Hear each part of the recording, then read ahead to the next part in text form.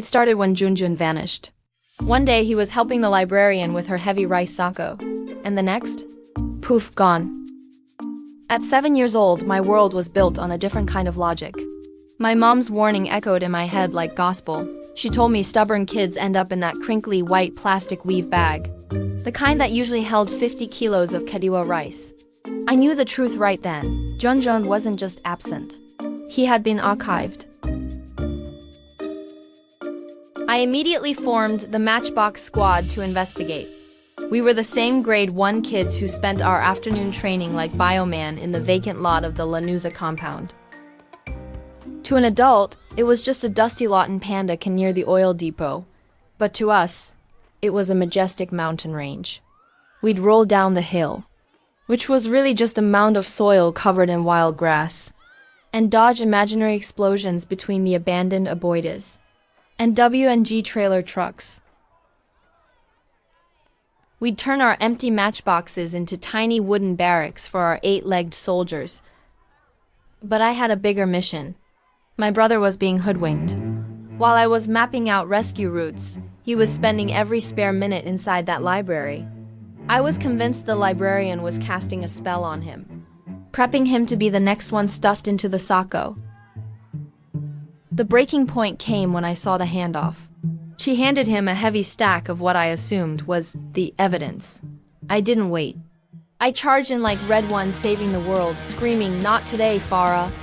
I lunged forward with everything I had, only to slam headfirst into our principal, who just happened to be standing there doing his routine hallway observations. Through the tears and the cold compress in the clinic, I sobbed that she had Junjun. The only response was the principal's heavy sigh and my classmates' rhythmic chant, "Bring Ma Der!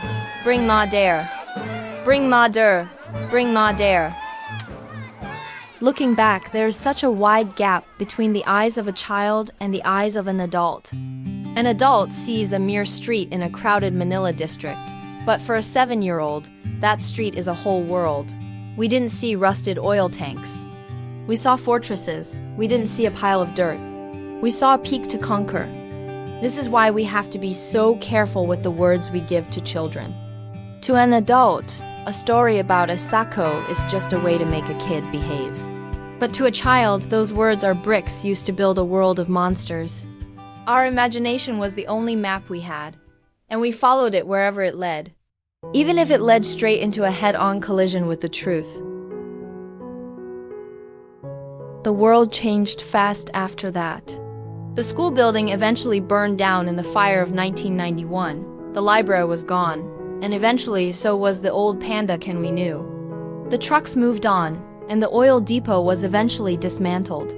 My brother moved on too. He left those dusty shelves for the bright lights of the world, becoming a master of making things beautiful. While I had been busy hunting monsters among the trailers, he had been busy discovering color. He became a leader in his craft, a master artist who spent his life transforming everything he touched. Before he passed, he saw her, our old librarian, one last time. He told her that he never forgot her, or the smell of those books. He told her that even after all the years of fame and artistry, he still remembered the way her library felt. He knew the Sako was always full of stories, even if I only saw the Sako. It wasn't a trap. It was the only place that ever felt like safety.